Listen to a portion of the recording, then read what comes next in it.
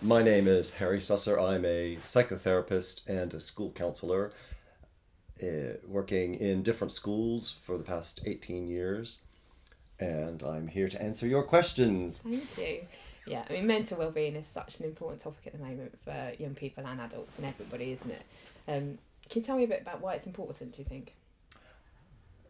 I think what kids at school age don't, it's not emphasized enough that it's important to accept who you are, realize that life can be difficult and find ways to cope with it now while you're young, because it sets you up really well for when you get older and the more struggles that happen and changes in life when you leave school, when you get your first job, when you get your first relationship, all those sorts of things can be quite scary and confusing. And I don't think yet that students are taught that this really happens, and it can be confusing and upsetting, but you will get through it. So the more kind of work we can do in schools to allow young people to explore their mental well-being and understand what it is and what they can do to help themselves will make it better for their adults. And that it's normal to be confused, scared, upset, disappointed, all those things, because it happens and you can't get through it. So the more the schools do, the easier life is going to be. Okay, so hopefully we can explore some of those things in this session today.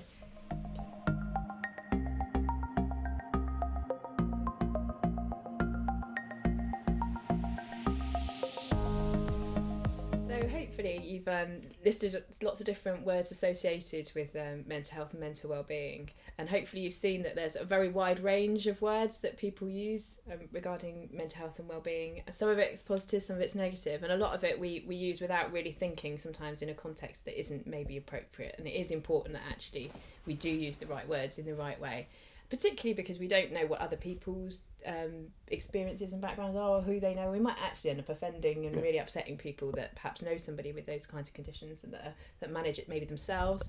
So using the right words can be really important. Yeah, I think because in a good way, mental health vocabulary is more out there than it was 5-10 years ago.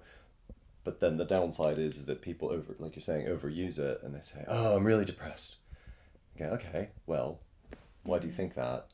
And when you talk it through, it's just that something has upset them or made them sad temporarily, and say, so it's they overthink it and think, "Wow, I have a mental health condition."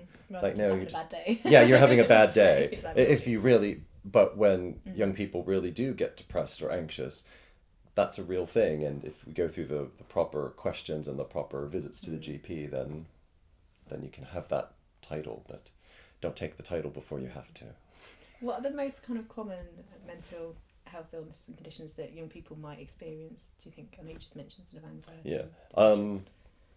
Anxiety, because life is changing a lot while you're in school. There's exams, there's friendship groups, there's possible new relationships, there's breakup of relationships.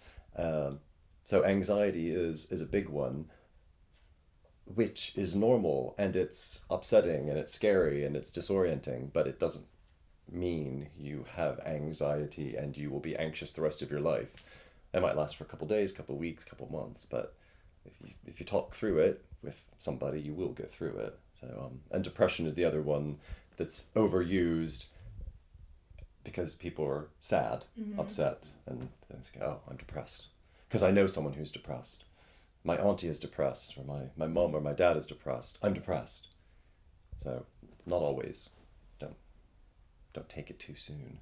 What would be, when would a person know they were suffering with depression? What would be the things that would flag to you that actually they did need to seek more helpful support with that? There's actually set questions that I believe are on the NHS website that you are allowed to access yourself. You don't have to go to the GP, but if you go to the GP, they ask you these set questions of, how long have you felt this way? Have you thought about this? How long has that lasted? And then if you tick all those boxes, then you are officially depressed. Okay. But you can look at it online yourself and you'll see, oh yeah, that's me, but that's not me, that's not me, that's not me. Yeah, that's me. So that's just a sign that you're going through a tough time. And then if it is obviously a bit more indicative of something more serious, then I guess that's where you'd go and make that appointment. Go to the GP, GP or speak to. And it doesn't mean you're going to be in medication. It doesn't mean you have to go to therapy. It doesn't. It just starts you on the right path. So. And it's starting to talk about it, isn't it? And get the right support. And oftentimes just talking about it makes you feel a lot better. Once you get it out and you're not holding it in, you feel better. So to go, okay, oh, that makes sense now. Oh, that's why I'm depressed, sad, anxious. Yeah. Great.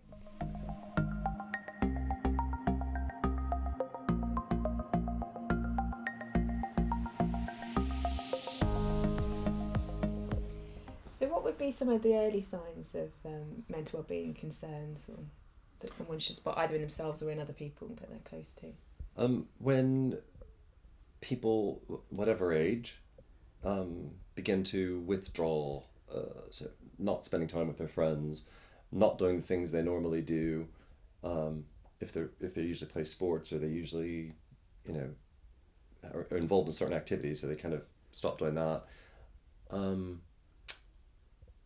Not interested in discussions and things they used to be interested in, sleeping a lot more, maybe not eating as much, maybe eating too much, not too much, more than they normally do. Those are all ways which makes perfect sense to help you feel better, because you're sort of just comforting yourself, either sleeping or eating or not being involved. But they're not good signs. So they're natural and they're normal, but it's not a good. So it's kind of any changes in behaviour that you see from what's normal for that person. Yeah, what's normal for that person, exactly. Not what's normal for you, what's normal for them. And I guess that's where it's important as a friend to recognise that in other people, because if you've got that illness yourself, you may not be seeing it in yourself as clearly as those around you. Yeah, yes, yeah, that's why. So and as a friend, it's sometimes hard or awkward to point those things out. So you don't want to bully your friends, you don't want to push them, you don't want to make them feel uncomfortable, but you do want to say, I'm worried about you. You're not being yourself. Yeah.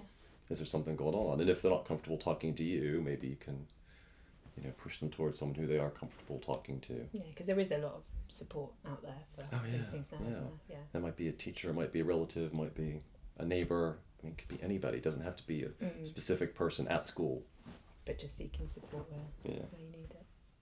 So the NHS has come up with these top 5 tips for mental wellbeing that they've done lots of evidence on, and they're the kind of main 5 tips that they think would help anyone that was struggling with sort of mental wellbeing issues. I think it's really important that actually everybody kind of is aware of these, a bit like what you were saying before. The younger you know about these things, the better position you're going to be in for whatever challenges face you through adolescence or into adulthood. So the first one is about connecting, and it's about really the importance of as human beings that we get from the relationships we form with people. So our friendships, our relationships and stuff, and how important that is to us.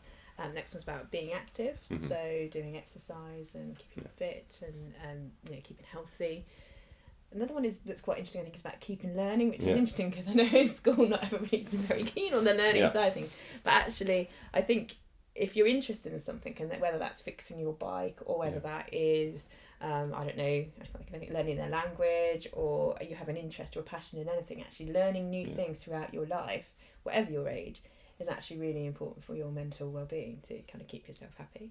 Giving to others, which is a really nice one as well, so giving something back to people and society. And then just that being mindful, that recognising what's normal for you, recognising what's normal for other people, and in that moment being able to recognise those with other people. Those are the kind of the top 5.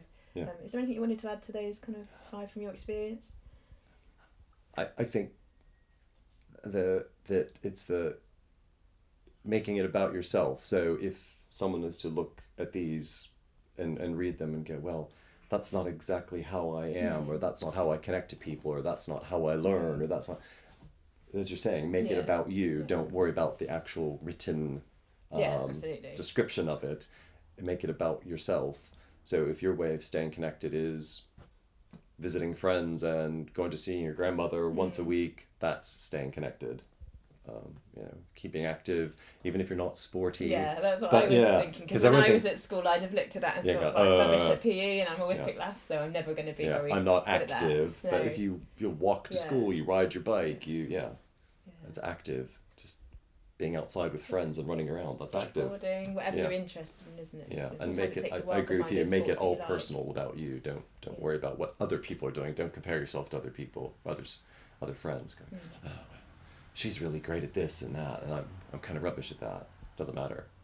Just keep doing the things you do to stay connected. Yeah, and, and I think that's a really important thing about us as human beings. There were some other recent studies done about the importance of not necessarily just the deeper connections like we've talked about, friendship, parents, those classic ones that people have, but also even just like the interactions you have with the person in the shop that serves you, or you know, just saying thank you to people, and those kinds of you know, being part of society in those ways can actually, all those little interactions you have with someone when you pass them in the street can actually be really important to your mental well-being. That's the really one of the really interesting things, is that we don't as a society tend to say hello to strangers on the street, but the studies have shown you're making that, especially for older people who feel more disconnected to society and all that. Yeah, just saying hello and smiling sometimes feels really awkward, but it really becomes quite nice when you get used to it, and people really appreciate it, whatever their age is, doesn't matter. It is those little strange things you'd never think of as staying connected to society really are. Actually, are important, You think, oh, it is nice to walk down the street, and instead of just like keeping your head down and plowing by people, just go, good morning. And as a teenager, I think you can quite often feel like a lot of people judging you, Yeah. looking at you, giving you a really dirty look, when actually, to be honest, they're probably not thinking anything about you. So it can be important to just bring it back sometimes into... Yeah, like for a teenager to smile and say hello to an adult who they might think is judging them, and they get that smile and hello back. You go, oh, people don't think we're all horrible. And So in a moment, we're going to ask you to reflect individually on what actually is 2 things that you can do for yourself that's going to help your mental well-being, and maybe 1 thing to actually stop doing. So we just wanted to give you some suggestions and some ideas of what that might look like. Harry, have you got any ideas of what kinds of things in general people might benefit from doing to help their own mental well-being?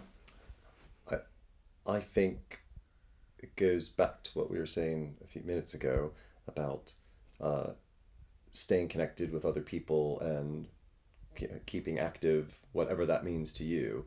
So when you are, so whatever that means to you, which you can come up with yourself, but whatever is normal to you, whatever gives you joy, keeps you happy, keeps you sane, when you feel like you want to stop doing those things, do them more. Okay. No, that makes sense. Even if you have to force yourself out the door, say, I will go meet my friends, because that's what I normally do, even though I really don't feel like it, but you'll feel better for doing it. Yeah. Because I guess when with some of these illnesses, they make you, as you say, they make you want to withdraw from people and want to stop doing some of those activities, isn't it? So it's kind of going against that instinct, which is, trying to in your head maybe keep you safe or keep you protected, but actually is in the long run. It's a downward spiral into absolutely an unhappy place. And is there anything that you would suggest that most people stopped? We talked about lots of things that people could start doing to improve mental well-being, but are there things that they should think about not doing? Or I think experience working with other people of all ages, and including young people, is avoid the things that make you feel bad about yourself, or people that make you feel bad about yourself. Sounds really simple, doesn't it? But sometimes it's quite hard, because that's someone you're used to being around, or that's an activity you have done for years. But if it's not making you happy, or that person's not making you happy, don't do it. Does that make sense? And we're going to go on in other sort of sessions to look more about drugs and alcohol as well, and that impact on mental health. But I think it's probably worth us just pointing out as well that combination with some mental illness can cause things to be more... Yeah, because so many people have told me over the years, and so many young people have said, oh, but when I take that or drink that or do that, I feel better. Yeah, but that's temporary. And then the come down makes it worse. And then the more you want to do whatever that substance is to feel better, then it just becomes a horrible cycle. And then you stop sleeping well, and you stop wanting to see your friends, and maybe you stop going to school, and so it's a vicious cycle. So things that temporarily make you feel better aren't usually worth it. Yeah, absolutely. So looking at those NHS top 5 tips and trying to identify what things you can do for yourself, thinking personally about yourself is really important, and also thinking about in your life what things you can do, stop doing that might be bringing you down. And I guess some of that could be very personal. It might be that you have a lot of self-doubt. It might be that you'd have a lot of negative self-talk. Can you explain what that might look like? To stop doing those things, yeah. It's tricky because we all have it at all ages. We have self-doubt, and sometimes we have low self-confidence, or we don't feel we're the best at this or the best at that. It's not letting yourself believe it, and talk to your friends and talk to your family, and teachers you like, anybody that's goes back to what I said a minute ago, to people who are positive for you. And that doesn't mean you're expecting praise and saying, oh, you're the best at this ever. Just that, yeah, you're doing all right. Your maths is okay. Yeah, you're not going to fail. You're not dumb. You're not thick. Being with your friends and just having that positive reinforcement of being around them. So you're not looking for praise. You're not looking for glory. You're just looking to feel, oh, I am okay. Yeah, okay, I'm not the best at that. I'm not the best at that, but yeah, I'm all right. So accepting yourself. And I may never be brilliant at sports, but you know what?